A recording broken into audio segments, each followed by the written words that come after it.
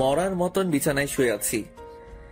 আমার জায়গায় অন্য কেউ হলে সেও মজা নিত, কিন্তু আমার কেন জানি সমস্ত কিছু বিষের মতো লাগছিল। তাই আমি চুপচাপ হয়ে আছি। কিন্তু মেয়েটা আস্তে আস্তে হায়নার রূপ ধারণ করলো। সে আমার ঠোঁটে নিজের ধারালো দাঁত দিয়ে কামড় বসিয়ে দিল। সাথে সাথে ঠোঁট কেটে ব্লাড বের হতে শুরু করেছে, কিন্তু তাও মেয়েটা তার কাজ চালিয়ে যাচ্ছে। সে আমার রক্তগুলো নিজের ঠোঁট দিয়ে চুষে নিচ্ছে। এইভাবেই অনেকটা সময় অতিবাহিত হয়ে গেছে। একটা সময় মেয়েটা নিজ ইচ্ছায় আমায় ছেড়ে দিল। আই ছেলে শোন, শহরে এসেছিস কিছুদিন হলো, শহরের হাবভাব হয়তো ভালো করে কিছুই বুঝিস না। তো শোন, কারোর সাথে ইটিস পিটিস করতে যাবি না। আর কেউ তোর সাথে ইটিস পিটিস করতে আসলেও বলবি যে তোর উপরে ত্রিধার হাত পড়ে গেছে। মেয়েটার কথা শুনে আবারও একটা শক্ট খেলাম। আমি শহরে নতুন এসেছি, সেই বিষয়ে মেয়েটা জানলো কি করে? আর তাছাড়া কে এই মেয়ে? তবে নাম তো জানিয়ে দিল যে ত্রিধা। তবে এই নাম ছাড়া তো মেয়েটার বিষয়ে আর বেশি কিছু জানি না। না, মেয়েটার সম্পর্কে জানা দরকার। আচ্ছা, আপনাকে একটা কথা বলার ছিল। হ্যাঁ বল। আমার উপরে কি কারণে এই অত্যাচার? আই ছেলে, তোর সাহস তো কম না, তুই আমাকে কারণ জিজ্ঞেস করিস? তুই কি জানিস আমি কে? না, জানি না, তাই তো জিজ্ঞেস করলাম। দেখ, মাথা খারাপ করিস না। এই শহরে আমার মুখের উপরে কথা বলবে এমন কেউ নেই। তবে তুই যেহেতু জানতে চাইছিস, তাহলে কিছুটা বলি তোকে। শোন, তোকে আমার ভালো লেগেছে, তাই তোর উপরে অধিকার খাটিয়েছি। শোন, আমি ছাড়া অন্য কোনো নারী যেন তোর সংস্পর্শে না আসে, না হয়তো প্রাণ হারাবি। কিছুই বললাম না মেয়েটাকে আর, কারণ বলার মতন কিছুই নেই মেয়েটাকে। এতদিন ধরে দেখে এসেছি যে ছেলেরা মেয়ের উপরে জুলুম আর অন্যায় করে, কিন্তু আজ তার উল্টো দেখলাম। হয়েছে, এবার চলে যা তুই। আমার গাড়ি তোকে তোর বাসা অবধি ছেড়ে দিয়ে আসবে। আমি বিছানা ছেড়ে উঠে পড়লাম। মেয়েটা আমায় রুমে ছেড়ে দিয়ে চলে গেল। আমিও রুম থেকে বের হয়ে গেলাম। রুম থেকে বের হতেই দেখি বাসার সামনে গাড়ি দাঁড় করানো। ত্রিধা নামক মেয়েটা কি এই গাড়ির কথা বলেছে, যে গাড়ি আমায় বাসায় ছেড়ে দিয়ে আসবে? কিছুই বুঝে উঠতে পারছি না, তাই গাড়ির সামনে দাঁড়িয়ে আছি। তখনই গাড়ির ভিতর থেকে ড্রাইভার চেঁচিয়ে উঠল, এই বেটা, গাড়িতে উঠিস না কেন? তোরে কি ইনভাইট দিয়ে গাড়িতে উঠাতে হবে নাকি? লোকটার কথা শুনে বুঝে গেলাম ত্রিধা নামক মেয়েটা এই গাড়ির কথাই বলেছে। আর কিছু না ভেবে গাড়িতে উঠে গেলাম। লোকটা গাড়ি স্টার্ট করতেই সেই সুন্দরী মেয়ে ত্রিধা সজোরে চেঁচিয়ে উঠল, আই ড্রাইভার, গাড়ি থামা। ত্রিধার কথা শুনে ড্রাইভার গাড়ি বন্ধ করে দিল, আর ত্রিধা সোজা ভিতর থেকে বের হয়ে এসে ড্রাইভারের কলার চেপে ধরে। আই বেটা, তোকে কে সাহস দিয়েছে ওর সাথে এইভাবে কথা বলার? তোর সাহস তো দেখছি অনেক বেড়েছে। না কিছু বলি না দেখে পিঠে পাকনা গজিয়েছে। ম্যাম, আমার ভুল হয়ে গেছে, আজকের পরে এমন আর হবে না। আজকের মতো সাবধান করে দিলাম, পরের বার থেকে ওর সাথে যদি কোনো ধরনের বাজে ব্যবহার করিস তাহলে সোজা পিঠের চামড়া উঠিয়ে ফেলবো। মনে রাখবি, সে আমার অনেক কাছের মানুষ। মেয়েটার এমন ধারা আচরণ দেখে বেশ অবাক হলাম, কিন্তু কিছু না বলে গাড়িতে উঠে গেলাম। ড্রাইভার গাড়ি ড্রাইভ করে আমায় বাসায় ছেড়ে দিয়ে আসলো। আমি বাসায় নামতেই দেখি মুন্না দাঁড়িয়ে আছে। কি রে, তুই এতটা সময় কোথায় ছিলি? আর তোর ঠোঁটের এই অবস্থা কেন? আরে একটা সমস্যা হয়েছে, তাই সেটা সেরে আসলাম। কি সমস্যা? শহরে আসলি 2 দিন হলো না, তার মাঝে সমস্যায় জড়িয়ে গেলি? আরে না, তেমন কোনো সমস্যা না। আচ্ছা বাদ দে এখন ওসব কথা, আগে বল কলেজের কি অবস্থা? আমি অ্যাডমিশন করিয়ে দিয়েছি তোকে, কাল থেকে কলেজ শুরু করিস। আচ্ছা, বাট একটা কথা মাথায় রাখিস, কলেজে অনেক সমস্যায় পড়তে হবে তোকে। একটা মেয়ে আছে কলেজে, সে খুব ডেঞ্জারাস। আর তাছাড়া সিনিয়র কিছু আছে যারা অল টাইম র্যাগিং দেয়, তাদের থেকেও একটু সাবধানে থাকিস। আর পরোক্ষভাবে কারোর সাথে ঝামেলা করিস না। আরে সমস্যা নেই, আর আমি কার সাথে ঝামেলা করব? আমার পোশাক আশাক দেখলেই তো মানুষ আমার থেকে অনেক দূরে সরে যাবে। আমার মতন ছোট লোকের সাথে ওসব কেউ করবে না। আকাশ, তুই নিজেকে এতটা ছোট করিস কেন? হ্যাঁ, তুই কি মানুষ না নাকি? আর তাছাড়া তোর সাথে আজ 1 বছর ধরে পরিচয় আমার। আমি জানি তুই মনের দিক দিয়ে অনেক বড়, সো নিজেকে একদম ছোট করবি না। আচ্ছা ঠিক আছে। তারপর মুন্নার সাথে অনেকটা সময় বাসায় বসে আড্ডা দিলাম। তারপর সে চলে গেল। আর সবার তো মোটামুটি আইডিয়া হয়েই গিয়েছে যে আমি এই শহরে নতুন। তাহলে আসুন পরিচয়টা দিয়ে আরেকটু ক্লিয়ার করে দেই। আমার নাম আকাশ মাহমুদ, অনার্স 2য় বর্ষে পড়াশোনা করছি। পরিবার বলতে কেউ নেই আমার, তবে মানুষের কাছে এটুকু শুনেছিলাম যে আমার মা আর বড় বোন নাকি বেঁচে আছে, তবে তারা কোথায় থাকে কেউ জানে না। তাদের কোনো ঠিকানাই কারোর কাছে নেই। আমি ছোট থেকে একজনের কাছে মানুষ হয়েছি। তিনি আমার মায়ের মতোই ছিলেন, কিন্তু কিছুদিন আগে তিনি মারা গিয়েছেন। তাই সেই শহর ছেড়ে এখানে চলে এসেছি, কারণ সেই শহরটা আমার জন্য যন্ত্রণাদায়ক হয়ে উঠেছিল। আর বাকি সমস্ত কিছু গল্পের সাথে থাকলেই জানতে পারবেন। সেদিনের মতন রাতটা কাটিয়ে দিলাম। পরের দিন সকালবেলা ঘুম থেকে উঠে মুন্নার অ্যাডমিশন নিয়ে দেওয়া কলেজে চলে গেলাম। যেতে যেতে মুন্নার সাথে যোগাযোগ করে নিয়েছি। সেও আমার সাথে একত্রে কলেজে যায়, কারণ সেও আমার ক্লাসমেট। মুন্না আর আমি কলেজের গেট দিয়ে ঢুকবো, ঠিক তখনই কয়েকজন ছেলে এসে মুন্নাকে ধাক্কা দিয়ে ফেলে দেয়। এই ছেলে, তাড়াতাড়ি এখান থেকে চলে যা। কলেজে নতুন মুরগি এসেছে, তাই তাকে র্যাগিং দিব। আর তুই যাতে কোনো রিয়াক্ট না করিস, তাই আগ থেকেই পানিশমেন্ট দিয়ে দিলাম। ছেলেগুলোর কথা শুনে মুন্না সেখান থেকে চলে গেল। মুন্না যেতেই ছেলেগুলো আকাশকে ঘিরে ধরল। কি রে ছোট লোকের বংশধর, তুই এই কলেজে চান্স পেলি কি করে রে? তোর জামা কাপড়ও তো আমাদের মতো অতটা হাই কোয়ালিটির না। আমি চুপচাপ নিচের দিকে তাকিয়ে দাঁড়িয়ে আছি। কি রে, তোর কথা কানে যাচ্ছে না? হ্যাঁ, কথার জবাব দে। আকাশ কোনো কথা না বলায় ঠাস করে আকাশের গালের মধ্যে চড় বসিয়ে দেয় সেই ছেলেটা। আকাশ থাপ্পড় খেয়েও চুপ, সে গালে হাত দিয়ে দাঁড়িয়ে আছে। যাক, সম্মান দিতে জানিস তাহলে। কথা না বলায় একটা থাপ্পড় মেরেছি, কথা বললে আরও কয়েকটা খেতি। চুপচাপ থাকায় একটাই থাপ্পড় মারলাম।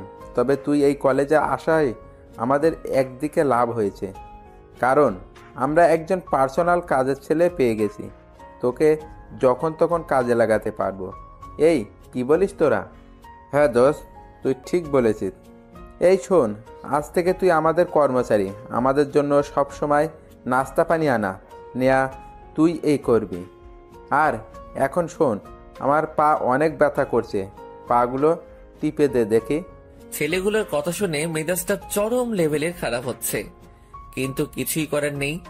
র্যাগিং করতে বাধা দিলে আরো সমস্যা করবে, তাই চুপচাপ ওদের কথা মেনে নিলাম। ছেলেটার পা টিপে দেওয়ার জন্য মন স্থির করলাম। ঠিক তখনই কয়েকটা মেয়ে এসে ছেলেগুলোকে বলল, এই যে শোনেন ভাইয়ারা, আপনারা ওকে কোনো ধরনের র্যাগিং দিবেন না, কারণ সে ত্রিধার অনেক কাছের লোক। ত্রিধার কাছের লোক হলে আমরা কি করব? মুরগি হাতে পেয়েছি, তাকে র্যাগিং না দিয়ে থামবো না? আর তাছাড়াও এই ছোট লোক ত্রিধার কাছের মানুষ হয় কি করে? আমরা এইসব বানোয়াট কথা বিশ্বাস করি না। ত্রিধা এসে যদি এই কথা বলে যে সে তার কাছের লোক, তাহলে আমরা তাকে ছেড়ে দিব। আচ্ছা, আমরা ত্রিধাকে বলছি। মেয়েগুলো গিয়ে তিধাকে বলে। একটু পর তিধা ছেলেপিলেগুলোর কাছে আসে। আই, তোদের সমস্যা কি রে? কোনো সমস্যা নেই আমাদের, আমরা নতুন মুরগি পেয়েছি তাই র্যাগিং দিচ্ছি। তোদেরকে একবার বললাম যে হয়নি, যে সে আমার কাছের লোক।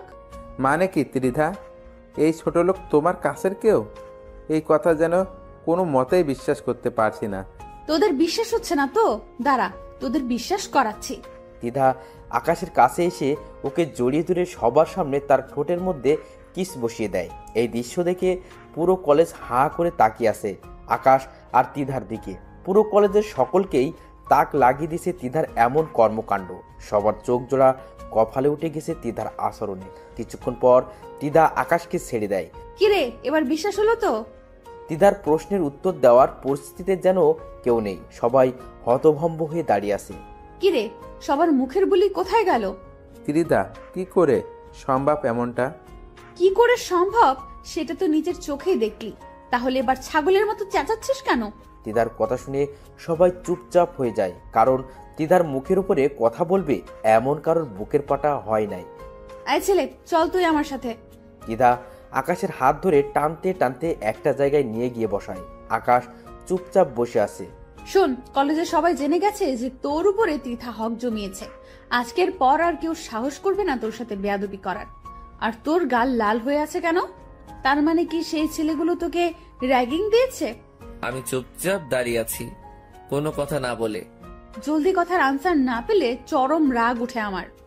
প্রথমবারের মতন মাফ করে দিলাম, সো এবার বল যে সেই ছেলেগুলো কি তোকে র্যাগিং করেছে? না, র্যাগিং করেনি, কারণ র্যাগিং করার আগেই আপনার মানুষ চলে আসে। তবে থাপ্পড় মেরেছে তারা আমায়। খুব লেগেছে তাই না তোর? তুই টেনশন নিস না, ওদের কি হাল করে সেটা খালি তুই দেখতে থাক। আচ্ছা শোন, চোখটা অফ কর একটু।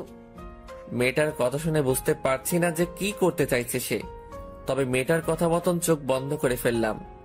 আর সে আমার গাল দুহাত দিয়ে ধরে অনেক কয়টা চুমু এঁকে দিল গালের মধ্যে। হয়েছে, এবার যন্ত্রণা কমে যাবে তোর। আর তুই এখন সোজা ক্লাসে চলে যা, আমি কিছু সময় পরেই আসছি। ত্রিধার কথা মতন ক্লাসে চলে গেলাম। মনের মধ্যে এক ধরনের তুফান বইছে। কি চায় ত্রিধা আমার কাছে? কেন সে আমার সাথে এমন অদ্ভুত আচরণ করে? হাজারটা প্রশ্ন ঘুরপাক খাচ্ছে ভিতরে, কিন্তু এর কোনো উত্তরই যেন মনে হয় আমি পাবো না। তারপর ক্লাসে চলে গেলাম। স্যার এবং ক্লাসের সকলের সাথে পরিচিত হয়ে নিলাম। সবাই আমার দিকে চোখ পাকিয়ে তাকিয়ে আছে আমার ড্রেস আপ দেখে। আমি লজ্জায় মাথা নুয়ে রেখেছি। স্যার ক্লাস করতে শুরু করেছে। আজ কলেজের প্রথম দিন, কেমন যেন বেখাপ্পা লাগছে সবকিছু। তবে আশা করি সেটা সময়ের সাথে সাথে চলে যাবে। মুন্না আমার পাশেই বসেছে। সে কিছুক্ষণ পর পর আমার দিকে চোখ পাকিয়ে তাকাচ্ছে, হয়তো কিছু বলতে চায়, কিন্তু স্যার ক্লাস নেওয়ায় কথা বলতে পারছে না। আমি সেই দিকে ভ্রুক্ষেপ না করে ক্লাসে মন দিলাম। কিছু সময় ক্লাস করার পর হুট করে সেই মেয়েটা আমাদের ক্লাসে আসে। সেই মেয়েটা বলতে ত্রিধা আর কি। তারপর সে এসে স্যারকে বলে, স্যার, আমার কিছু কথা বলার আছে সবার উদ্দেশ্যে। হ্যাঁ ত্রিধা, বলো। সবাইকে উদ্দেশ্য করে বলতেছি। এই সেকশনে একটা নতুন ছেলে এসেছে, যার নাম হলো আকাশ। সে আমার প্রিয় মানুষ। ওর সাথে ইটিস পিটিস করার চেষ্টা করবে না কেউ। আমি যদি জানতে পারি যে কেউ ওর সাথে উল্টাপাল্টা কিছু করার ট্রাই করেছে, তাহলে সোজা মেরে কোমায় পাঠিয়ে দেব। তিধার কথা শুনে একজন বলে ওঠে, যে না পোশাক আশাকর, ওকে দেখতে তো ছোট লোকের মতো মনে হয়। ওর সাথে কে ওসব করতে যাবে? মেয়েটার কথা শুনে তিধার চরম পর্যায়ে রাগ উঠে যায়। সে সোজা এসে মেয়েটার গালে ঠাস ঠাস করে কয়েকটা থাপ্পড় লাগিয়ে দেয়। আইমে, নিজেকে কি মনে করিস? হ্যাঁ, তার পোশাক আশাক তোদের মতো নামি দামি না দেখে কি সে মানুষ না? নাকি তোরা টাকার গরমে আসমানে চলাফেরা করছিস? কোনটা? তিধার ধমকে মেয়েটা চুপ হয়ে যায়। কিরে, কথা বলছিস না কেন? আমার ভুল হয়ে গেছে। এবারের মতন মাফ করে দিলাম। সবাইকে আবারও বলছি, সে যেমনই হোক না কেন, সে আমার প্রিয় বান্দা। ওর দিকে কেউ আঙুল তুললেও তার আঙুল আমি ভেঙে দেব। আর তোমরা সবাই ওর দেখাশোনা করবে, কারণ আমি এই সেকশনের স্টুডেন্ট না। তাই ওর দেখাশোনা করতে একটু সমস্যা হবে, তাই তোমাদের দায়িত্ব দিয়ে গেলাম। সবাই ওকে দেখে রাখবা। আয় ছেলে শোন, ক্লাস শেষে আমি কলেজের গেটে অপেক্ষা করব। তুই বাসায় যাওয়ার আগে একবার আমার সাথে দেখা করে যাবি। তিধা সবার উপরে তার হুকুমত চালিয়ে চলে গেল। এদিকে ক্লাসের সবাই এবং স্যার সহ টাসকি খেয়ে আছে তিধার কথায়। কারোর মুখে কোনো সাউন্ড নাই, আর সাউন্ড করবেই কি করে? তিধার কথায় পুরো ক্যাম্পাস চলে। তিধার কাছে কলেজের সিনিয়ররাও র্যাগিং খায়। ক্লাসরুমটা পুরো নিস্তব্ধ হয়ে গেছে মুহূর্তের মধ্যে। স্যার ক্লাসের পরিবেশ ফিরিয়ে আনতে লেকচার দেওয়া শুরু করে। সবাই স্যারের লেকচার শোনায় মন দেয়। দেখতে দেখতে অনেক কয়টা স্যার এসে এসে ক্লাস শেষ করিয়ে গেল। ছুটির ঘন্টা বাজিয়ে দিয়েছে। সবাই টেবিল থেকে নিজের ব্যাগ উঠিয়ে কাঁধে নিয়ে নিল। তারপর যে যার মতন চলে যেতে শুরু করলো। আচ্ছা আকাশ, একটা কথা বলতো, দ্বিধা তোকে নিয়ে কি শুরু করেছে? আর কিসের প্রিয় মানুষ দাবি করেছে তোকে? সে তো আমি নিজেও জানি না কোথাকার প্রিয় মানুষ, কোনখানের প্রিয় মানুষ। তুই যদি নাই জানিস, তাহলে ক্লাসরুমে এসে এভাবে সবাইকে শাসিয়ে গেল কেন? আরে মুন্না, সত্যি আমি কিছু জানি না। আচ্ছা, না জানলে আর কি করা, চল এবার বাড়ি চলে যাই। মুন্না, তোর কি মনে নেই যে সে আমায় ক্লাস শেষ করে দেখা করতে বলেছে? ও হ্যাঁ, যা গিয়ে দেখা করে আয়। আচ্ছা, আমি গিয়ে দেখা করে আসছি, তুই একটু দাঁড়া। মুন্নাকে দাঁড় করিয়ে রেখে ত্রিধার কাছে চলে গেলাম। কলেজের মোট দুটো গেট, একটা দিয়ে আমরা বের হব, আরেকটা দিয়ে সেই সুন্দরী ত্রিধা নামক মেয়েটা বসে আছে। ত্রিধার কাছে যেতেই বড় ধরনের একটা শক খেলাম। ত্রিধা সেই ছেলেগুলোকে মেরে সারা শরীরে মায়ের ছাপ টুকে দিয়েছে। শুধু তাই নয়, ছেলেগুলোর শরীরে কোনো কাপড়ই নেই, শুধু আন্ডারওয়্যার পরে সবাই লাইন ধরে দাঁড়িয়ে আছে। কি হলো তো তোদের শাস্তি? বলেছিলাম না ওদের অবস্থা আমি খারাপ করে দেব। সো দেখ, দিয়েছি ওদের অবস্থা খারাপ করে। তোর গালে থাপ্পড় দেওয়ার ফল ওরা পেয়েছে। মেয়েটার কথা শুনে বুকটা ধড়ফড় করছে। কি করে সম্ভব এসব? সে কলেজের সবার উপরে নিজের হুকুম মতো চালাচ্ছে। কেউ ভয়ে তার মুখের উপরে একটা কথাও বলছে না। সবকিছু যেন মাথার উপর দিয়ে যাচ্ছে আমার। কি রে, কথা বলছিস না যে? আচ্ছা থাক, কথা বলতে হবে না। তুই একটা কাজ কর, তুই গা থেকে শার্টটা খুলে ফেল। ত্রিধার কথা শুনে চমকে উঠলাম। কি সব বলছে এই মেয়ে আমাকে? আমি চুপ করে দাঁড়িয়ে আছি। কি রে, কথা কানে জানি তোর? তোকে বলেছি গা থেকে শার্টটা খুলতে। আমার অনেক লজ্জা লাগছে, প্লিজ আমাকে এভাবে শাস্তি দিয়েন না। আমি কোনো ভুল করে থাকলে আপনি আমার গায়ে হাত তুলতে পারেন। আকাশের কথা শুনে ত্রিধা এবার সেই রকমের রেগে যায়। সে আকাশের কলার ধরে এক টান দিয়ে তার শার্ট ছিঁড়ে ফেলে। কথা বেশি বলিস যে, এটা তার ফল। ভালোই ভালোই আমার কথা শুনলে এমনটা করতে হতো না আমাকে। সো এবার দেখি, আমার কাছে আয়। আমি ঠাই সেখানে দাঁড়িয়ে আছি, লজ্জায় মাথা কাটা যাচ্ছে মতন অবস্থা।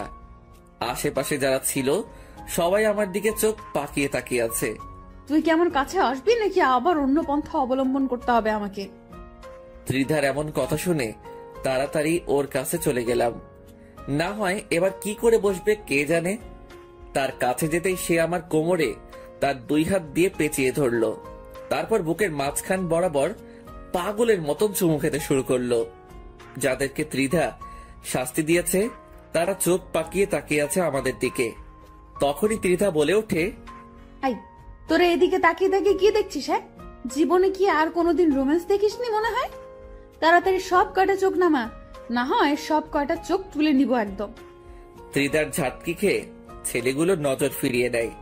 আর ত্রিধা আমার বুকে চুমু খাওয়া বাদ দিয়ে নিয়ে ব্যাগ খুলে একটা নতুন শার্ট বের করে। এই শোন, এটা তোর জন্য কিনে এনেছি একটু আগে। কাল থেকে এটা পরেই কলেজে আসবি। আর একটা প্যান্টও এনেছি, কাল থেকে ওসব পরে ক্লাস করবি। পুরনো জামা কাপড় আর পরবি না। এনে প্যান্ট, আর শার্টটা তোকে আমি পরিয়ে দিচ্ছি। তারপর ত্রিধা আমায় নিজের হাত দিয়ে শার্টটা পরিয়ে দেয়। আমার ভিতরে যেন প্রবল বেগে তুফান বইছে। মেয়েটা কেন এসব করছে? সে আমার কাছ থেকে কি চায়? এই ছেলে, এত কি ভাবছিস? হ্যাঁ, ত্রিধার কথায় হুঁশ ফিরে আসে। না না, কিছু না। কিছু না হলেই ভালো। এবার দেখি, আমার পাশে এসে বস। চুপচাপ তার পাশে গিয়ে বসলাম। তার পাশে বসতেই সে রোমান্টিক ভাবে আমার কাঁধে মাথা রেখে হেলান দিয়ে বসে।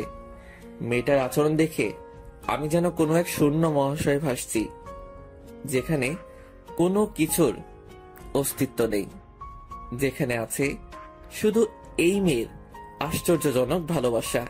আচ্ছা শোন না, ওদেরকে কি মাফ করে দিব? আমি তো জানি না, ওদের বিষয়ে আপনি না ভালো বলতে পারবেন। আই, তোকে বলতে বলেছি, সো তুই বলবি। আচ্ছা আচ্ছা, মাফ করে দিন। আই, তোরা চলে যাক, তোদের মুক্তি মিলে গেছে। আমার প্রিয় তোদেরকে মাফ করে দিতে বলেছে। ত্রিধার কথা শুনে ছেলেগুলো চলে গেল। শুধু আমি আর ত্রিধা সেখানে বসে আছি। ঠিক তখনই হুট করে পেছন থেকে কেউ একজন এসে আমাকে ধাক্কা মারে। আমি সেভাবে প্রস্তুত না থাকায় ধাক্কার প্রেসারে মাটির উপরে গিয়ে ছিটকে পড়লাম। আমার সাথে সাথে ত্রিধাও পড়ে গেল। মাটি থেকে উঠে ঘাড় ঘুরে পিছনে তাকাতেই অবাক হয়ে গেলাম, কারণ যে আমায় ধাক্কা দিয়েছে সে আর কেউ না, সে হলো মুন্না। কিন্তু সে হঠাৎ আমায় এভাবে ধাক্কা দিয়ে ফেলে দিল কেন? এটার রহস্যই যেন খুঁজে পেলাম না। মুন্না, কি করলি এটা তুই? আকাশ সরি, আই এক্সট্রিমলি সরি। বিশ্বাস কর, আমি ভেবেছিলাম যে তুই আমায় না জানিয়ে অন্য কারের সাথে ইটিস পিটিস করছিস, কিন্তু আমি জানতাম না যে এটা আমাদের কলেজের সেই লিডার মেয়ে। আর তাছাড়া আমি মস্কারি করে ধাক্কা দিয়েছি, আমি ভাবতেও পারিনি যে তোরা এভাবে পড়ে যাবি। মুন্না, এভাবে কেউ মস্কারি করে? হ্যাঁ, কারোর যদি কোনো ক্ষতি হয়ে যেত তখন কি করতি? সত্যি আমি বুঝতে পারিনি রে। আচ্ছা থাক, হয়েছে। আমি ত্রিধার দিকে হাত বাড়িয়ে দিলাম তাকে মাটি থেকে ওঠানোর জন্য, কিন্তু সে আমার সাপোর্ট না নিয়ে মাটি থেকে উঠে দাঁড়িয়ে গেল আর মুন্নার দিকে অগ্নি দৃষ্টিতে তাকিয়ে আছে। আমার বুঝতে বাকি রইল না যে ত্রিধা এখন মুন্নাকে কাঁচা গিয়ে খেয়ে ফেলবে। ত্রিধা হুট করেই দৌড়ে গিয়ে পাশে পড়ে থাকা একটা কাঠের টুকরো নিয়ে আসলো। তারপর সে তেড়ে ফুড়ে মুন্নার দিকে এগিয়ে যায়। এই জানোয়ারের বাচ্চা, তুই কোন সাহসে এসে ধাক্কা দিয়েছিস আমাদেরকে? আমার ভুল হয়ে গেছে, প্লিজ আমায় মাফ করে দিন। তোর মাফের গুষ্টি মার। বলে ত্রিধা ধ্রম করে একটা বাড়ি বসিয়ে দেয় মুন্নার শরীরে। মুন্না বাড়ি খেয়ে সাথে সাথে দৌড়ে গিয়ে আকাশের পিছনে লুকায়। আকাশ প্লিজ, তুই আমাকে বাঁচা, আমি ভুল করে এমনটা করেছি, আর কোনোদিনে এমন কিছু করব না আমি। এই যে প্লিজ, আপনি ওকে মাফ করে দিন, সে বুঝতে পারে নাই, না বুঝে এমনটা করেছে। এই ছেলে চুপ একদম। ওকে আজকে আমি জন্মের শিক্ষা দিয়ে ছাড়বো, আর তুই সরে যা ওর সামনে থেকে, না হয় কিন্তু তোকেও মেরে হাড়গোড় ভেঙে ফেলবো। প্লিজ আপনি শান্ত হন। এই তোর শান্তর গুষ্টি মারি, রাখ তোর শান্ত তোর কাছে। ত্রিধা আজকে পুরোপুরি খেপে গিয়েছে। সে দৌড়ে গিয়ে মুন্নাকে আবার মারতে শুরু করে। আকাশ যে তাকে বাধা দিচ্ছে সেটাতেও সে মানছে না। সে মুন্নাকে মারতে মারতে মাটিতে ফেলে দেয়। ত্রিধার এমন রাগ দেখে আকাশের বুঝতে বাকি নেই যে আজ খারাপ কিছু ঘটবে। না, মেয়েটাকে থামানো দরকার, কিন্তু কি করে থামাবো তাকে? মাথায় যেন কিছুই কাজ করছে না, মাথায় পুরো জটলা পেকে গেছে। তৎক্ষণাৎ আর কিছু না পেয়ে ত্রিধাকে পেছন থেকে গিয়ে ঝাপটে জড়িয়ে ধরলাম। 2 হাত দিয়ে তাকে পেঁচিয়ে নিয়ে শক্ত করে জড়িয়ে ধরেছি। মেয়েটার সারা শরীর আগুনের মতন হিট হয়ে আছে। এই ছেলে তুই আমাকে ছেড়ে দে, ওকে না খেলালে আজকে শান্তি আমার লাগবে না। না, আমি আপনাকে ছাড়বো না, প্লিজ আপনি আগে শান্ত হন। মেয়েটাকে নিজের শরীরের সমস্ত শক্তি দিয়ে জড়িয়ে ধরেছি, কিন্তু সে আমার থেকে ছাড়া পাওয়ার আপ্রাণ চেষ্টা করছে, কিন্তু আমি তো তাকে ছাড়বো না। তবে সেও নাছোড়বান্দা, সেও তার কাজ চালিয়ে যাচ্ছে। শেষমেশ আর কিছু না পেয়ে ত্রিধার ঠোঁট জোড়ায় নিজের ঠোঁট বসিয়ে দিলাম।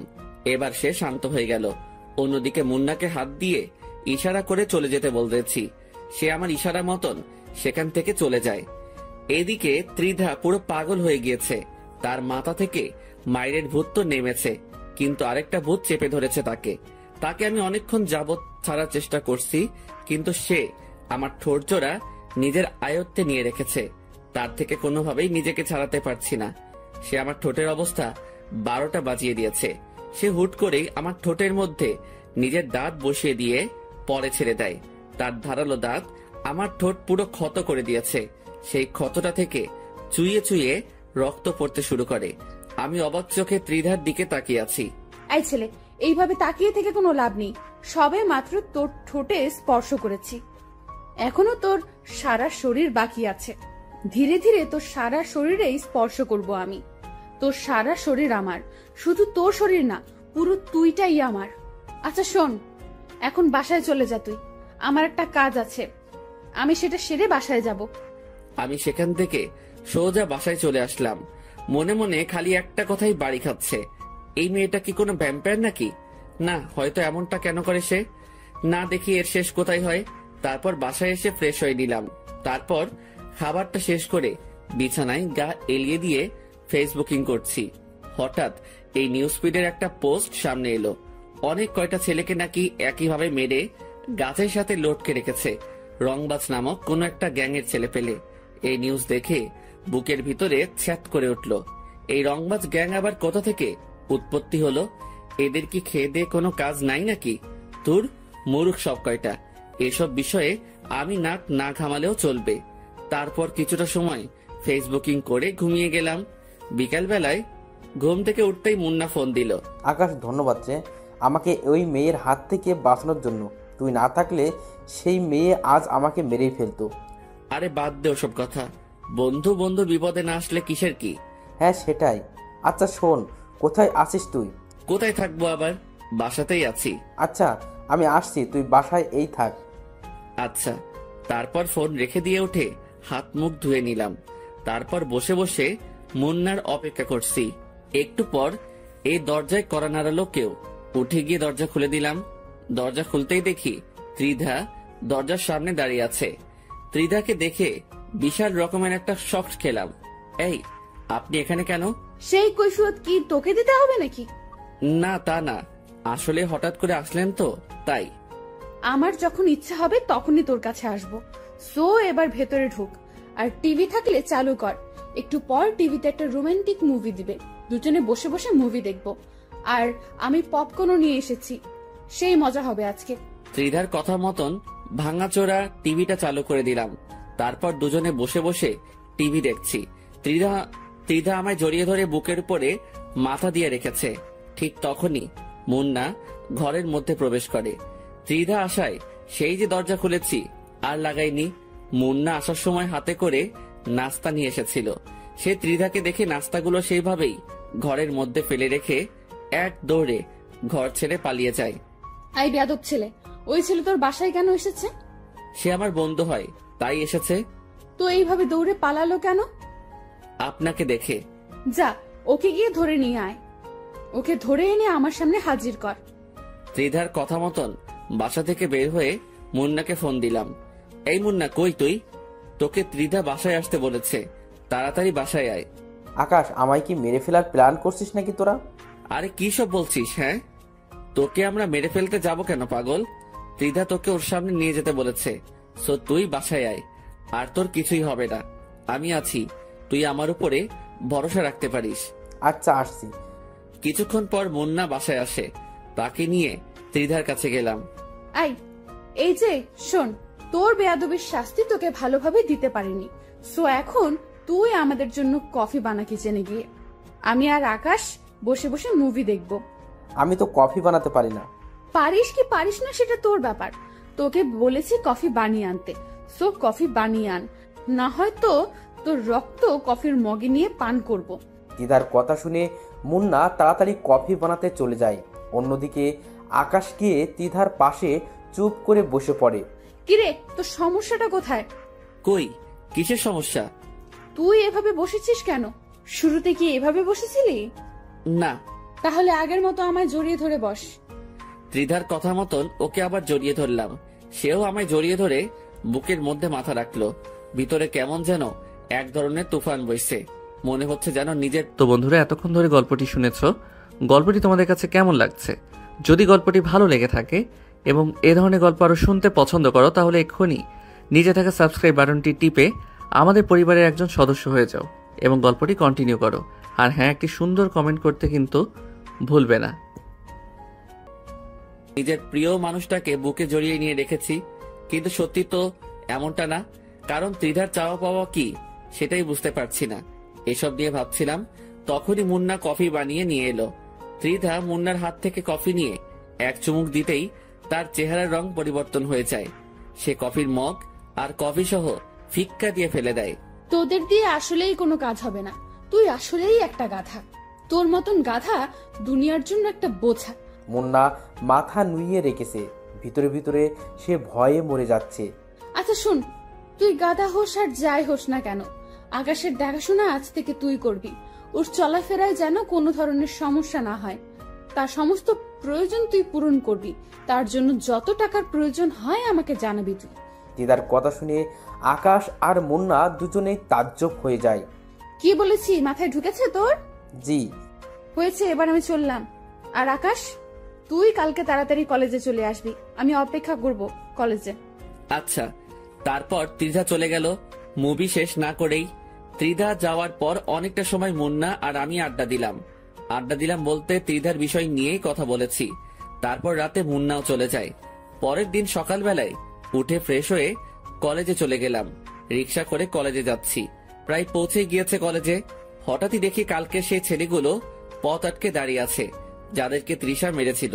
সেই ছেলেগুলো প্লাস আরো অনেক ছেলে পেলে আছে তাদের সাথে, সবার হাতে লাঠি সোটা। তাদেরকে দেখে আমি রিক্সা থেকে নেমে গেলাম।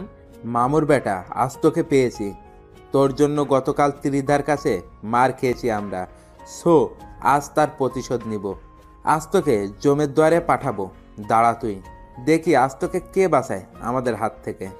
আমি চুপচাপ দাঁড়িয়ে আছি, আর সামনে প্রায় 20 থেকে 25 জন ছেলে পেলে দাঁড়িয়ে দাঁড়িয়ে ভাবছি কি করব। এখান থেকে কি দৌড়ে পালিয়ে যাব, নাকি তাদেরকে প্রতিঘাত করব। ঠিক তখনই তাদের থেকে একটা ছেলে বলে ওঠে, এই মার শালাকে। আমি তখনও ডিসিশন নিতে পারিনি যে কি করব, কিন্তু তারা সকলেই আমাকে মারার জন্য আমার দিকে তেড়ে ফুড়ে আসছে, আর আমি হাবলার মতন তখনও দাঁড়িয়ে আছি। কিন্তু হঠাৎ করে ছেলেপেলেগুলো আমার দিকে এগিয়ে না এসে উল্টো রাস্তা ধরে দৌড়াতে শুরু করলো। কিরে, কি হয়েছে ওদের? কিছুই তো বুঝে আসছে না, কাকে দেখে তারা এমন উল্টো দৌড়াচ্ছে। আমি কৌতূহল করে পিছনে ফিরতেই দেখি ত্রিধা প্রায় শতাধিক ছেলেপেলে নিয়ে আমার পিছনে দাঁড়িয়ে আছে। এই ভয়াবহ দৃশ্য দেখে কলিজার পানি যেন মুহূর্তের মধ্যেই শুকিয়ে গেছে আমার। অন্যদিকে যারা আমায় মারতে এসেছিল তারা দড়ি ছেঁড়া গরুর মতন ছুটাছুটি করছে। কে কোন দিক দিয়ে পালাবে দিশকুল পাচ্ছে না। তখনই ত্রিধা চেঁচিয়ে উঠল, এই তোরা সব কয়টাকে ধরে এনে আমার সামনে হাজির কর। ত্রিধার কথা মতন তার ছেলেপিলেগুলো তাদের পিছনে ছুটে যায় যারা পালাতে ধরেছে, আর ত্রিধা এসে আকাশের সামনে দাঁড়ায়। এই ছেলে, তুই ঠিক আছিস তো? হ্যাঁ, আমি ঠিক আছি। ভাগ্যিস, আর একটু দেরি করলে অনেক বড় সমস্যা হয়ে যেত। আল্লাহ বড় বাঁচিয়েছে তোকে, যে আমি সময় মতো চলে এসেছি। কিন্তু ওদেরকে আমার হাত থেকে কেউ বাঁচাতে পারবে না। আমার ছেলে পেলে ওদেরকে ধরে আনতে গেছে। ওদের পিঠের চামড়া আমি আজকে তুলে ফেলবো। ত্রিধা আকাশের সামনে দাঁড়িয়ে আছে। ত্রিধার ছেলেপিলেরা একটু পর ফিরে আসে। আপু, ওদের একটাকে ধরতে পেরেছি, বাকি সব কয়টা পালিয়ে গেছে। আচ্ছা, সমস্যা নেই। যাকে ধরে এনেছিস আগে তার হিসেব নিকেশ করি। ওর সাথে এমন হিসেব নিকেশ করব যে বাকি সব কয়টা ওর অবস্থা দেখে শুধরে যাবে। আমি চুপচাপ ত্রিধার সাথে দাঁড়িয়ে আছি, আর ত্রিধার আগে ফসফস করছে। তার উপরে যেন কোনো ভয়ঙ্কর পিশাচিনি ভর করেছে। সে তার দলের ছেলে একটা থেকে হকি নেয়। তারপর যাকে ধরে এনেছে তাকে গণহারে মারতে শুরু করে। মারতে মারতে সারা শরীর ফাটিয়ে ফেলেছে তার। তারপর সে ছেলেটাকে ছেড়ে দিয়ে তার লোকদের বলে, এই তোরা বেটাকে একদম চিরতরে পঙ্গু করে দেন। আমি আমার খায়েশ মিটিয়ে নিয়েছি। আচ্ছা আপু, আমরা দেখছি। ওকে, এই আকাশ, চল তুই আমার সাথে। ত্রিধা আমাকে তার সাথে করে নিয়ে আসলো। তারপর সেখান থেকে নিয়ে এসে সোজা কলেজে চলে গেল। শোন, সোজা ক্লাসে যাবি, একদম কারোর সাথে কোনো রকমের মাখামাখি করবি না। আর কোনো সমস্যা হলে আমাকে ডাক দিবি, মনে থাকবে কথা? আচ্ছা। তারপর ক্লাসে চলে আসলাম, কিন্তু মনের ভিতরে বিশাল রকমের খুশি লাগছে যে কেউ আমার জন্য নিজের সমস্তটা বাজি রাখতে পারে, কেউ আমাকে মৃত্যুর মুখ থেকে ছিনিয়ে আনতে পারে। ত্রিধা নামক মেয়েটাকে মনে ধরে গেছে। আচ্ছা, মেয়েটা কি আমাকে ভালোবাসে? না হলে এমন করে কেন? ভিতরে ভিতরে হাজারটা প্রশ্ন ঘুরপাক খাচ্ছে। তবে আমার দিক থেকে আমি ঢুলে পড়েছি, সেটা আমি শিওর। না, এই মেয়েটাকে আমার চাই। ওর মতন মেয়ে কারো লাইফে থাকলে মৃত্যুও সেই ব্যক্তির কাছে আসতে ভয় পাবে। মনে মনে কিছু একটা ভেবে নিলাম। তারপর ক্লাসে মন দিলাম। স্যার লেকচার দিচ্ছে, কিন্তু আমার মন অন্যদিকে। দেখতে দেখতে ক্লাস শেষ হয়ে গেল। আজ মন না ক্লাসে আসেনি। আমি চুপচাপ ক্লাস শেষ করে বের হয়ে গেলাম। ক্লাস থেকে বের হতেই দেখি ত্রিধা অনেক কয়েকজন মেয়ের সাথে গেটের সামনে বসে আছে। সে আমাকে দেখতে পেয়ে ডাক দিল, আয় আকাশ, এদিকে আয়। আমি সোজা চলে গেলাম তার কাছে, গিয়ে তার পাশে চুপচাপ বসে পড়লাম। সে আমায় ব্যাগ থেকে পানির বোতল বের করে দিল। নে, এটা খা, অনেক সময় তো ক্লাস করে এসেছিস। আমি ভদ্র ছেলের মতন পানির বোতলটা হাতে নিয়ে গটগট করে সবটা খেয়ে ফেললাম। ত্রিধার সাথে মেয়েগুলো আমার দিকে তাকিয়ে আছে। আয় ছেলে, তুই এতগুলো পানি খেলি কোন কারণে? নাস্তাগুলো খাবি কি করে এখন? আমি চুপচাপ মেয়েটার দিকে তাকিয়ে আছি। এইভাবে তাকিয়ে লাভ নেই। পানি খেয়েছিস তো খেয়েছিস, নাস্তা শেষ করার আগে যদি উঠেছিস তাহলে সোজা খবর করে দেব। নে খা, হা কর এবার। আমি তাজ্জব হয়ে গেলাম মেয়েটার কথায়। হা করে তাকিয়ে আছি মেয়েটার দিকে। সত্যি, মেয়েটাকে যত দেখছি ততই অবাক হচ্ছি। কি রে, কথা কানে যায়নি তোর? কি বলেছি আমি? আমি তাড়াতাড়ি হা করলাম। সে ব্যাগ থেকে নাস্তা বের করে নিজের হাতে খাওয়াতে শুরু করলো। এদিকে আমার ভিতরে ভালোবাসার জোয়ার বয়ে চলেছে। ইস, মেয়েটা কি রকম কেয়ার করে আমার। সে নিজের হাতেই সবটুকু খাবার আমাকে খাইয়েছে। আমাকে খাওয়া দাওয়া শেষ করিয়ে নিজের ওড়না দিয়ে মুখ মুছে দেয়। সেটা দেখে তার সাথের একজন মেয়ে বলে ওঠে, ত্রিধা, তুই কি পাগল হয়ে গেছিস? সে কখন থেকে দেখছি তুই এই ছোট লোকটার খাতির যত্ন করছিস। তোদের মাঝে কি কিছু চলছে নাকি? আমাকে বলতো। সাদিয়া, মুখ সামলে কথা বল। ওকে নিয়ে একটা বাজে কথাও না। আর তার সাথে আমার কিছু চলছে কি চলছে না তা দিয়ে তোদের কাজ কি? বাপরে, তুই তো দেখি অনেক পরিবর্তন হয়ে গেছিস ত্রিধা। এই ছেলে কি এমন জাদু করেছে তোকে, তুই আমাদের সাথে এভাবে কথা বলছিস? সাদিয়া, আবারও বলছি, মুখ সামলে। আর তোরা এখন যা এখান থেকে, ওর সাথে আমার কিছু কাজ আছে। ওকে, ঠিক আছে, চলে যাচ্ছি। কিন্তু মনে রাখিস, এই ছেলে তোর মান ইজ্জত ডুবাবে। সেটা সে সময় দেখা যাবে, এখন তোরা যা তো। আমি ত্রিধার ব্যবহার দেখে হা করে তাকিয়ে আছি তার দিকে। যেই মেয়ের এত পাওয়ার, সেই মেয়ে আমার মতন একটা ছেঁচড়ার পিছনে ঘুরছে। শুধু তাই নয়, সেই মেয়ে আমার জন্য তার ফ্রেন্ডেরও পিছু দিতে দুবার ভাবিনি। তার মানে কি মেয়েটা সত্যি আমাকে ভালোবাসে, না এটার পিছনে কোনো ধরনের চক্র চলছে? কে জানে। না, এটা যাচাই বাছাই আমাকে করতেই হবে। আই ছেলে, কোথায় হারিয়ে গেলি তুই? না, কোথায় হারাবো? দেখি, আর একটু কাছে এসে বস, আমি একটু নেশা করব। মেয়েটার কথার আগামাথা কিছু বুঝলাম না, তবে আমি তার সামনে গিয়ে বসেছি। সে হুট করেই ঠোঁট জোড়ায় স্পর্শ করে বসে। মেয়েটার এমন ধারা কাজ দেখে বুঝতে বাকি রইল না যে সে এটাকেই নেশা বলেছে। মেয়েটা চুমু খেয়ে চলেছে, কিন্তু আজ আমিও চুপ নেই। আমিও আজ তার সাথে সাড়া দিচ্ছি। এতদিন সে আমায় প্রেসার দিয়ে আমার ঠোঁটেই স্পর্শ করেছে, কিন্তু আমি কোনো সাড়া দেইনি। কিন্তু আজ কেন জানি তার উল্টো করলাম। আজ তার মোহে পড়ে গেছি, পাগলের মতন চুমু খাচ্ছি দুজন দুজনকে। কিন্তু হুট করে সে আমাকে ধাক্কা দিয়ে সরিয়ে দিল। আই ছেলে, বাসায় চলে যা তুই। না, আমি যাব না। যাবি না মানে? আমি আপনাকে জড়িয়ে ধরবো। কি পাগল হয়ে গেছিস মনে হয়? না, আমার মতন মাথায় সিট তোরও নড়ে গেছে। সে যাই হবে হোক, আমি জড়িয়ে ধরবো। কথা যেটা বলেছিস সেটাই। সোজা এখন বাসায় চলে যাবি তুই। আচ্ছা আচ্ছা, ঠিক আছে, যাচ্ছি আমি। তারপর চলে আসতে ধরলাম সেখান থেকে, কিন্তু মেয়েটা আমায় পিছন থেকে ডাক দিল। আয় আকাশ, শোন। দৌড়ে চলে গেলাম তার কাছে। নে, জড়িয়ে ধর একটু, তারপর সোজা বাসায় চলে যাবি।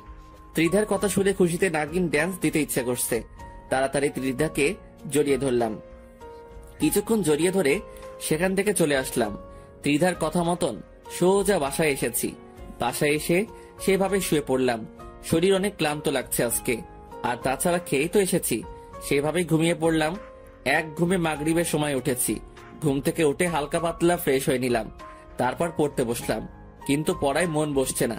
ভিতরে খালি একটাই জিনিস সেট হয়ে আছে, সেটা হলো ত্রিধা। ওকে ঘিরেই মনের সব বাসনা এখন আমার। না, যেমনটা ভেবেছি তেমনটাই করব। হালকা পাতলা প্ল্যান মোতাবেক কাজ করলাম। দেখি কপালে কি আছে। তারপর পড়া বই খাতা উঠিয়ে রেখে সেখানে ঘুমিয়ে পড়লাম।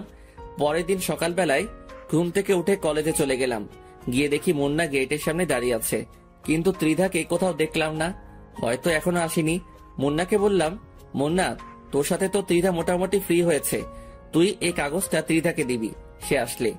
আমি ক্লাসে চলে গেলাম, কারণ আমার লজ্জা করছে কাগজটা দিতে। না হয় আমি দিতাম। কি আছে এতে আকাশ? হারে, তেমন কিছু না, তুই খালি এটা ওর হাতে দিলেই হবে। দেখিস উল্টোপাল্টা কিছু হলে কিন্তু পরে আমাকে কেলাবে। আরে না, কিছুই হবে না, সে একটু পরেই আসবে। তুই এটা দিয়ে সোজা ক্লাসে চলে আসবি। আমি ক্লাসে আছি। মুন্নার হাতে কাগজটা দিয়ে ক্লাসে চলে গেলাম। অনেকটা সময় ধরে ক্লাসের ভিতরে অপেক্ষা করছি, কিন্তু মুন্না আসছে না।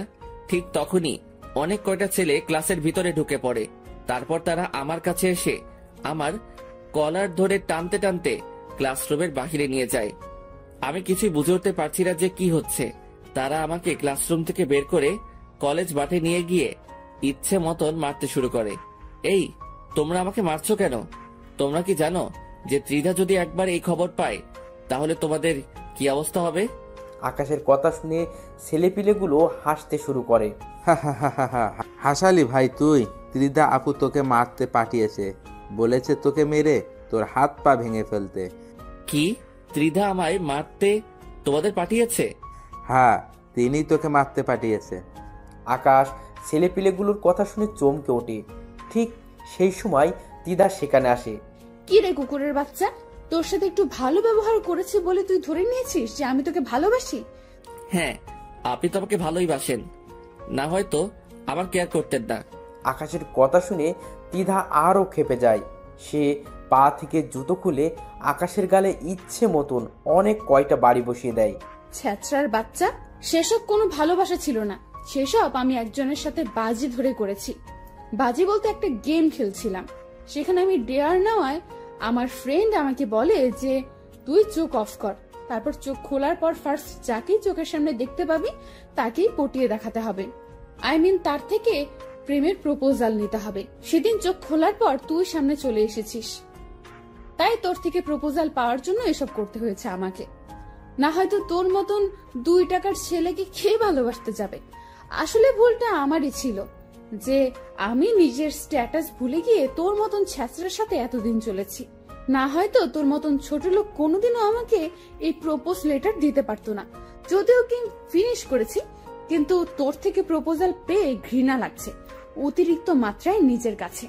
নিজেকে ভালো করে একবারও আয়নায় দেখেছিস কখনো?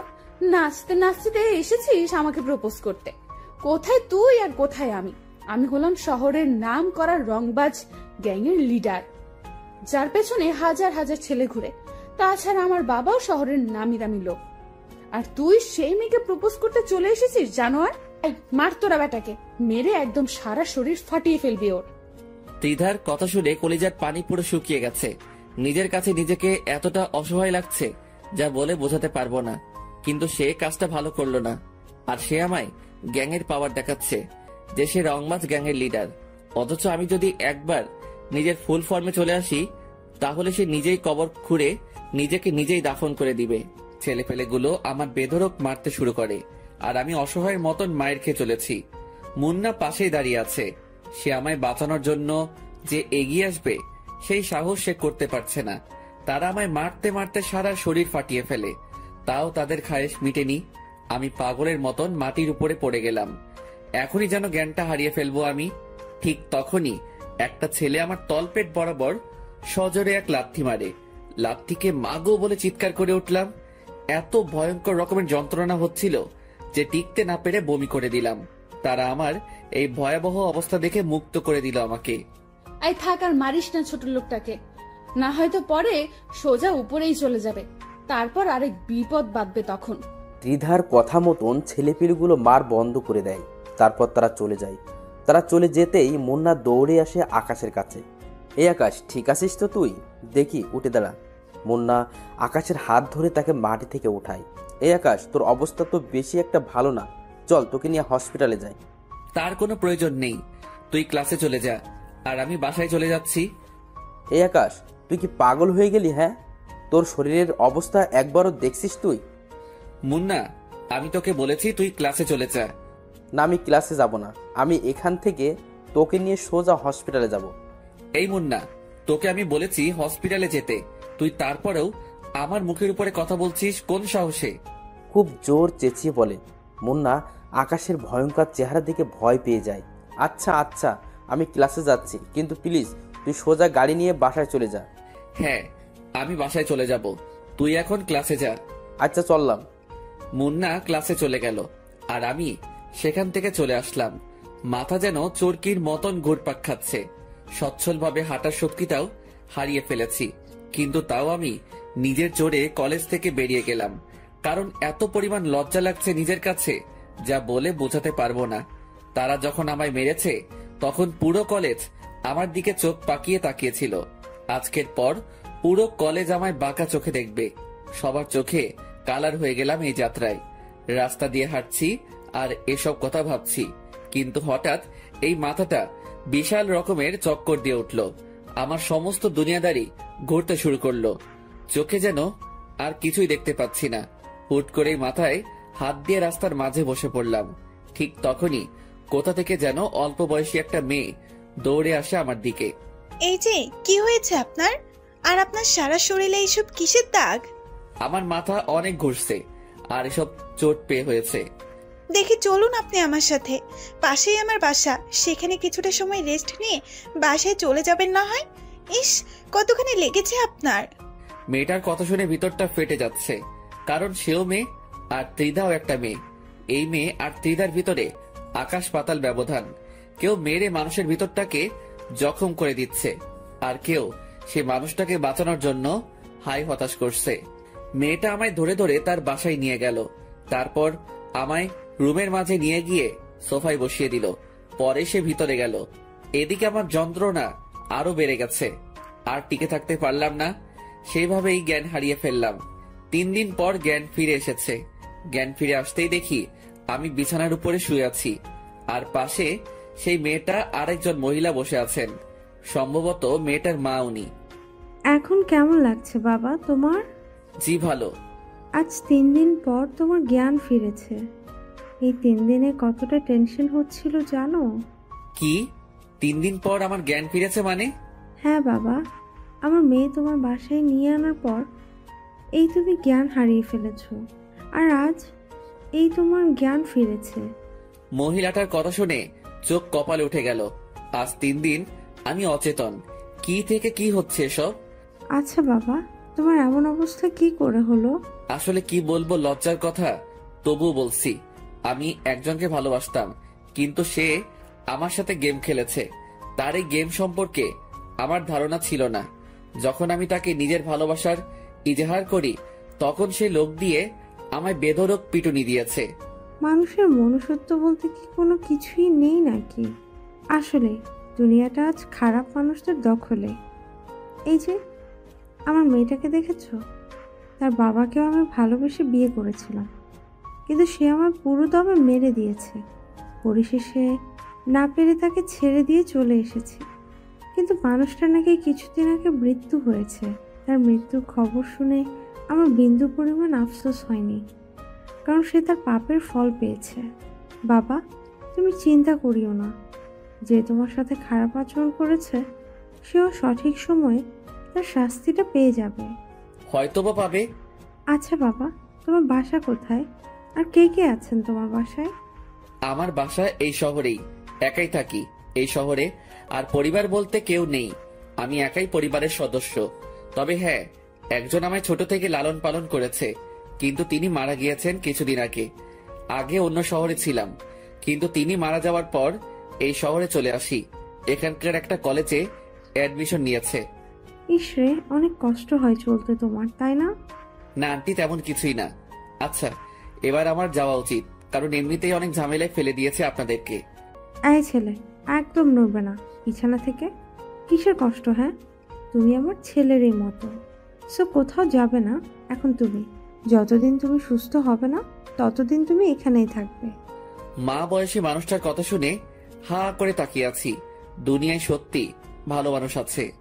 আচ্ছা শোনো, আমি কিছু খাবার এনে দিচ্ছি, তুমি সেগুলো খেয়ে নাও, কারণ আজ 3 দিন ধরে তুমি না খাওয়া। তিনি আমার জন্য খাবার আনতে চলে গেলেন, আর তিনার মেয়েটা আমার পাশে বসে আছে। আচ্ছা, আপনি মনে হয় মানুষটাকে অনেক ভালোবাসতেন, তাই না? হ্যাঁ। সত্যি মানুষটা অনেক বেশি কষ্ট পাবে এই ব্যবহারের জন্য। অবশ্যই সে বুঝবে একদিন। এইভাবেই কয়েকটা দিন কেটে গেল বাড়ির মানুষগুলোর সাথে। মানুষগুলো সত্যি অনেক ভালো। আমায় সুস্থ করার জন্য তারা আপ্রাণ চেষ্টা করেছে। আজ একটু সুস্থতা অনুভব করছি। সেসব কিছুর ক্রেডিটই এই দুটো মানুষের। এসবের মাঝে আমার ফোনটা কোথায় যেন হারিয়ে ফেলেছি। ঠিক তখনই আন্টির মেয়ে এসে আমায় ফোনটা দিল হাতের মধ্যে। আপনি এই ফোনটা পেলেন কোথায়?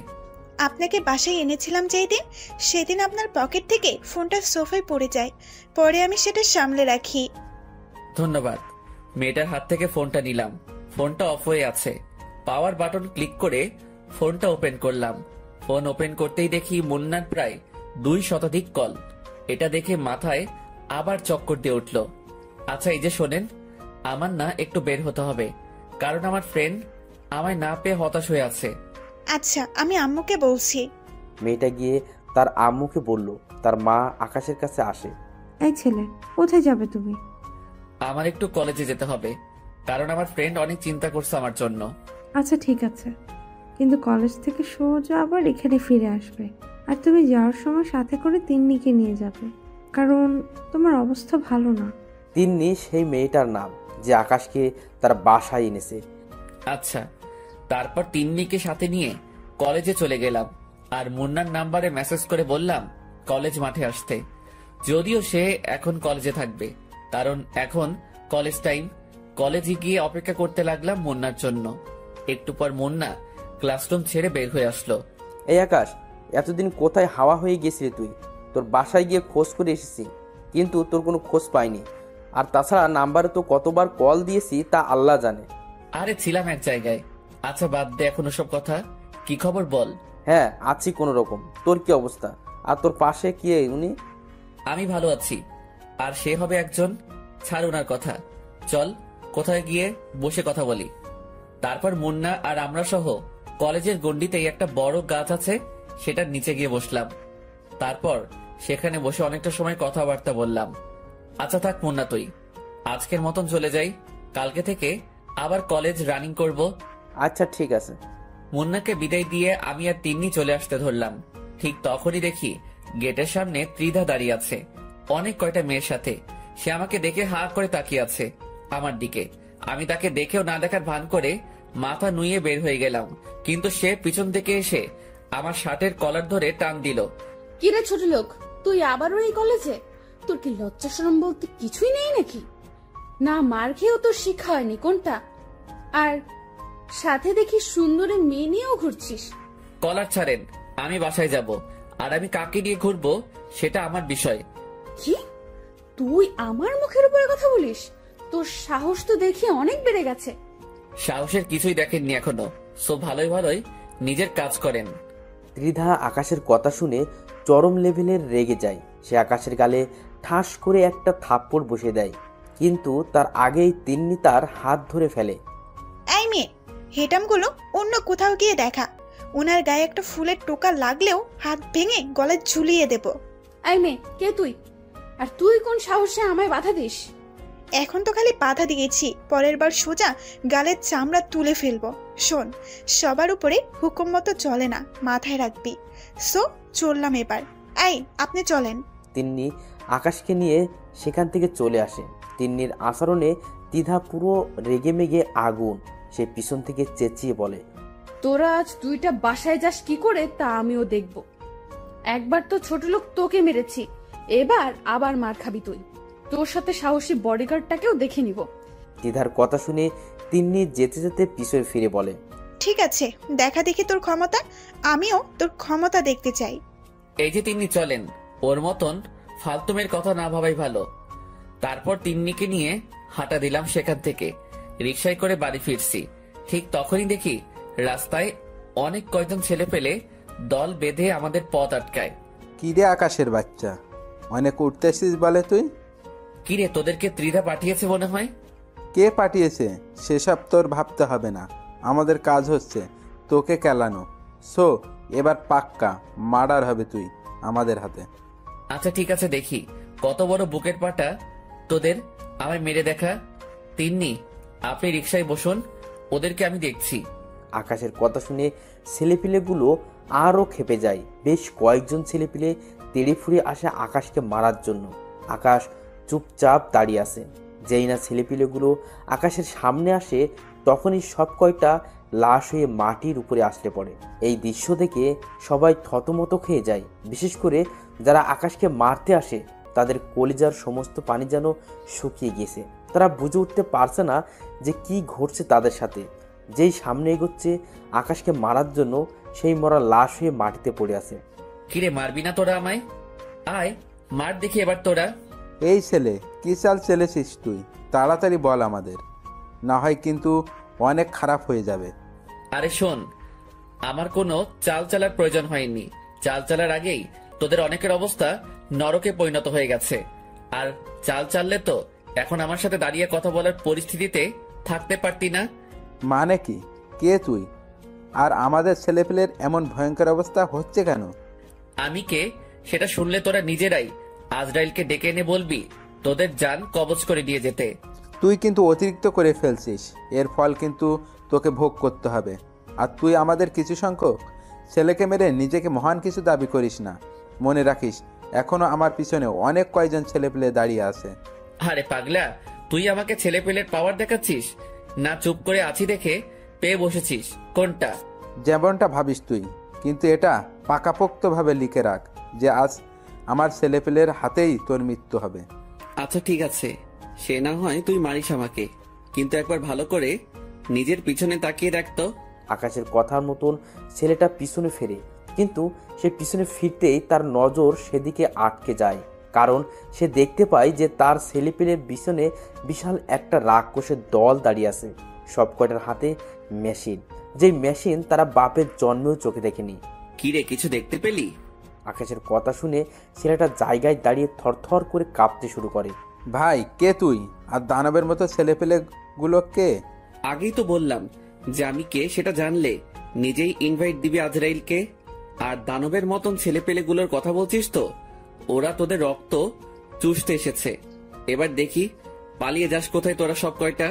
আকাশের কথা শুনে ছেলেপেলেগুলোর কাঁপুনি ছুটে যায়, সবাই যেন নিজের চোখের সামনে মৃত্যুকে দেখতে পাচ্ছে। ত্রিধা, তুই পাওয়ার ভুল মানুষের সাথে এসে দেখিয়েছিস।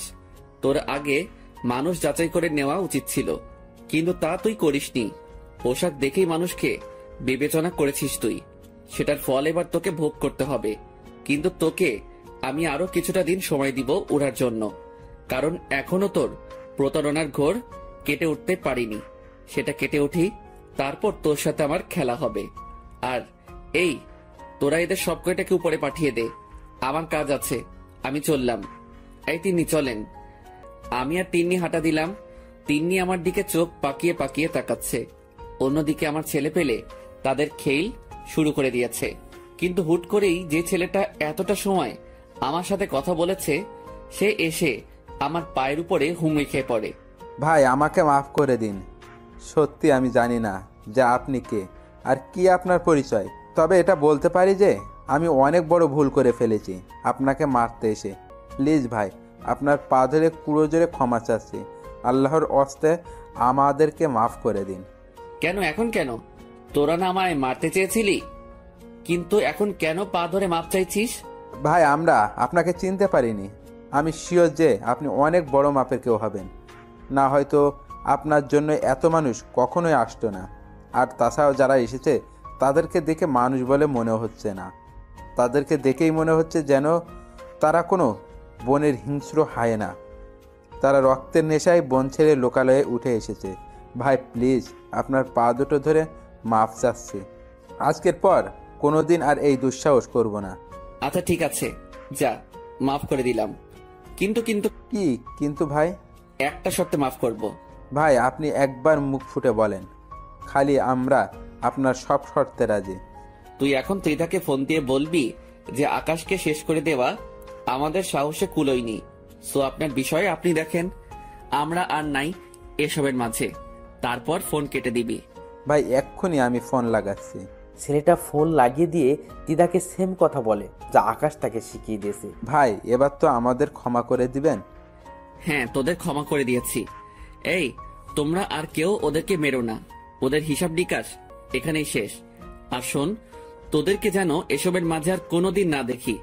আর যারা এখন আমায় মারতে এসে নিজেকে শেষ করেছে, তাদের লাশ জানাজা দিয়ে মাটির নিচে দাফন করে দিবি। ভাই আপনার হুকুম যেমন করেছেন আমরা তেমনই পালন করব। আকাশের কথা মতন ছেলেপিলেগুলো তাদের সহপাঠীদেরকে নিয়ে চলে যায়, আর আকাশের ছেলেপিলেরাও চলে যায়। এদিকে আকাশ রওনা হয় তিন্নিকে নিয়ে বাসার উদ্দেশ্যে। যেতে যেতে তিন্নি আকাশকে জিজ্ঞাসা করে, আচ্ছা আমার কিছু জানা ছিল। হ্যাঁ বলেন। আচ্ছা আপনি কে বলেন তো? আর এত ছেলে পেলে আপনার পক্ষ হয়ে আসলো, তার মানেটা তো বুঝলাম না। সত্যিটা বলবো না মিথ্যা বলবো? অবশ্যই সত্যিটা বলবেন। আমি ঘুমিয়ে যাওয়া কোনো ভয়ঙ্কর চিতাবাঘ, যার পিছনে হাজার হাজার ছেলে পেলে কাজ করত, কিন্তু এখন সে সব কিছুতেই নেই। এখন একদম সাধারণ জীবন যাপন করছি, আর ছেলেপেলেগুলো আমার খবর পেয়ে এসেছে। ঘুমিয়ে যাওয়া ভয়ঙ্কর চিতাবাঘ বলতে কি বোঝালেন ঠিক বুঝলাম না। আর হাজার হাজার ছেলে পেলে কেন আপনার জন্য কাজ করতো? সেসব না হয় পরে কোনো এক সময় জানতে পারবেন। এখন চলেন বাসায় যাই। আচ্ছা ঠিক আছে চলেন। তিন্নিকে নিয়ে বাসায় চলে আসলাম। তিন্নির মা আর তিন্নি কেমন যেন আপন হয়ে গিয়েছে আমার। এই দুজন মানুষকে যখন ছেড়ে যাব আমি, তখন হয়তো মনের মধ্যে বিশাল পাহাড় সমান কষ্ট নিয়ে যেতে হবে। এসব ভাবতে ভাবতে বাসায় চলে আসলাম। বাসায় যেতেই দেখি আন্টি খাবার দাবার রেডি করে রেখেছে। মানুষটা একদম আমার লালন পালন করা মায়ের মতন। ওনাকে দেখে কেমন যেন মায়ের ফিল আসে। শুধু তাই নয়, অনেক কষ্ট হয় তাদের এই অবস্থা দেখে। স্বামী নেই, কতটা কষ্ট করে জীবনযাপন করছে তিনারা। মনে মনে ঠিক করে নিলাম যে এখান থেকে যাওয়ার আগে উনাদের জন্য কিছু একটা করে যাব। বাসায় এসে ফ্রেশ হয়ে খেতে বসলাম। আন্টি খাবার বেড়ে দিচ্ছে। আন্টি, আপনি আর তিন্নিও আমাদের সাথে খেতে বসেন। না বাবা, অনেক কাজ আছে, সেই সব শেষ না করে খাওয়া দাওয়া করা হবে না। আরে বাদ দিন না কাজ, আগে আমার সাথে খেয়ে নিন দুটো করে, পরে না হয় কাজ শেষ করবেন। দরকার হয় আমিও আপনার কাজে সাহায্য করব। বাবা সত্যি তুমি লক্ষ্মী একটা ছেলে। তোমায় কে গর্ভে ধরেছে জানি না, তবে বড়াই করে বলতে পারি যে সেই মা সার্থক। হয়েছে, এবার তো খেতে বসুন। হ্যাঁ বাবা, বসছি। এই তিন্নি, খেতে আয় তুই, আজ 3 জন মিলে একসাথে খাবো। সবাই মিলে একসাথে খেতে বসলো। এভাবেই দেখতে দেখতে ওনাদের সাথে দিনটা কাটিয়ে দিল আকাশ। পরের দিন সকালে উঠে কলেজে চলে গেলাম। কলেজে যেতেই দেখি ত্রিধা গেটের সামনে দাঁড়িয়ে আছে। সে হয়তো আমার জন্যই অপেক্ষা করছিল এতটা সময়। আমি কলেজের গেট দিয়ে প্রবেশ করতেই সে আমার কলার ধরে টেনে কলেজের এক সাইডে নিয়ে যায়। জায়গাটা অনেক নীরব, কলেজের কারোর তেমন যাতায়াত নেই এই পথে। সে আমায় সেখানে নিয়ে গিয়ে হুট করে আমাকে ধাক্কা দিয়ে মাটির উপরে ফেলে দেয়। কিরে, তুই আমার ছেলে পেলেকে শাসিয়ে এসছিস কোন সাহসে? নেতা হয়ে গেছিস তুই? হ্যাঁ, তুই আমায় চিনিস বেয়াদবের বাচ্চা? আমার আশেপাশে দাঁড়ানোর যোগ্যতাও তো তোর নেই, ছোট লোক কোথাকার। আমার বাবা শহরের নামি দামি লোক, আর তুই এসে আমার সাথে টক্কর নিস? আকাশ তিধার কথা শুনে মুস্কি মুস্কি হাসছে, কিন্তু তিধার রাগ উঠে যায় আকাশের আচরণে। সে আকাশের বুকে পাড়া দিয়ে তার কপালে পিস্তল ঠেকিয়ে ধরে। অন্যদিকে আকাশ মাটিতে অসহায়ের মতন পড়ে আছে, তার যেন প্রাণভোমরা মুখ দিয়ে বের হয়ে যাবে মতন অবস্থা। তিধার শরীরের সমস্ত শক্তি দিয়ে আকাশের বুকে পাড়া দিয়ে ধরেছে। ত্রিধা, তুমি কি আমায় মেরে ফেলবে? হ্যাঁ, মেরে ফেলতে চেয়েছিলাম, কিন্তু এখন কেন যেন মারতে ইচ্ছে করছে না তোকে। তবে কারণটা হয়তো তুই ভালো করে জানিস, যে তোর ঠোঁট জোড়া দেখলে আমি আর নিজেকে সামলে রাখতে পারি না। তো এখন কি করবে তুমি? মারলে একদম চিরতরে মেরে ফেলো তুমি আমায়। প্লিজ আমায় বাঁচিয়ে রেখে যন্ত্রণাগুলো আরো লাঘব করে দিও না। এই ছেলে, আমি কি করব সেটা তুই আমার উপরে ছেড়ে দে। তবে এখন তোর উপরে অত্যাচার করব আমি, আর তুই আমাকে তুমি করে বলছিস কোন সাহসে? আকাশ তিধার কথা শুনে চুপ হয়ে যায়, আর তিধা পিস্তল কোমরে গুজে আকাশের উপরে ঝাঁপিয়ে পড়ে। সে আকাশের ঠোঁট জোড়ায় নিজের ঠোঁট বসিয়ে দিয়েছে। মুহূর্তের মধ্যেই যেন তিধার হায়নার রূপ ধারণ করে নিয়েছে। সে আকাশের ঠোঁট কামড়ে ক্ষত বিক্ষত করে দিয়েছে। শুধু তাই নয়, আকাশের গলায় বুকে তার ভয়ঙ্কর দাঁতগুলোকে বসিয়ে দেয়। তিধা আকাশের যেই অঙ্গে স্পর্শ করেছে সে অঙ্গ থেকেই চিরচির করে রক্ত বেরোচ্ছে। এদিকে আকাশ তিধার এই ভয়ঙ্কর আচরণ সহ্য করতে না পেরে যন্ত্রণায় ছটফট করতে করতে জ্ঞান হারিয়ে ফেলে। তিধা আকাশের এমন অবস্থা দেখে তাড়াতাড়ি তাকে ছেড়ে দেয়। তারপর ব্যাগ থেকে পানি বোতল বের করে আকাশের উপরে ছিটিয়ে দেয়। অনেকক্ষণ পর আকাশের জ্ঞান ফিরে আসে। সে আবার আকাশের উপর ঝাঁপিয়ে পড়ে। আজ তোর ধৈর্যের বাহিরে গিয়ে তোর উপরে অত্যাচার করব। কিন্তু আকাশ এবার আর চুপ করে থাকে না।